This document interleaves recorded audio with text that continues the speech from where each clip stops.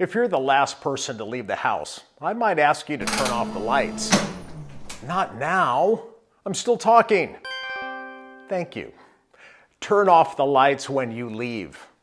That instruction is easy to understand because the sentence is short and so is every word.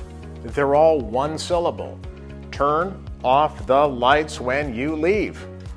The complicated way of saying the same thing is, prior to departing the premises, it is imperative that you reduce the illumination throughout the dwelling.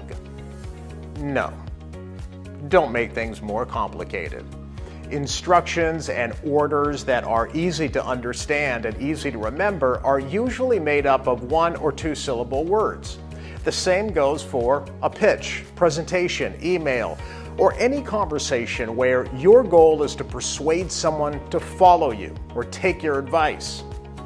When I was doing the research for my new book, The Bezos Blueprint, I made a remarkable find.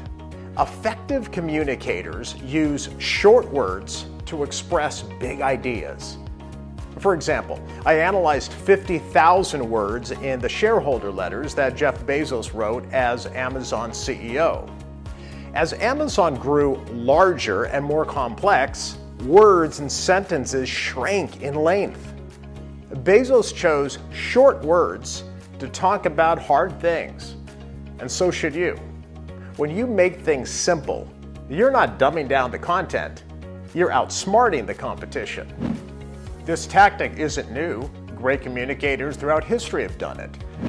During the Battle of Britain in 1940, when bombs were falling on the city of London, Prime Minister Winston Churchill was inundated with memos. Did I say inundated? Inundated, 4 syllables, too long. How about flooded? Not perfect, but better.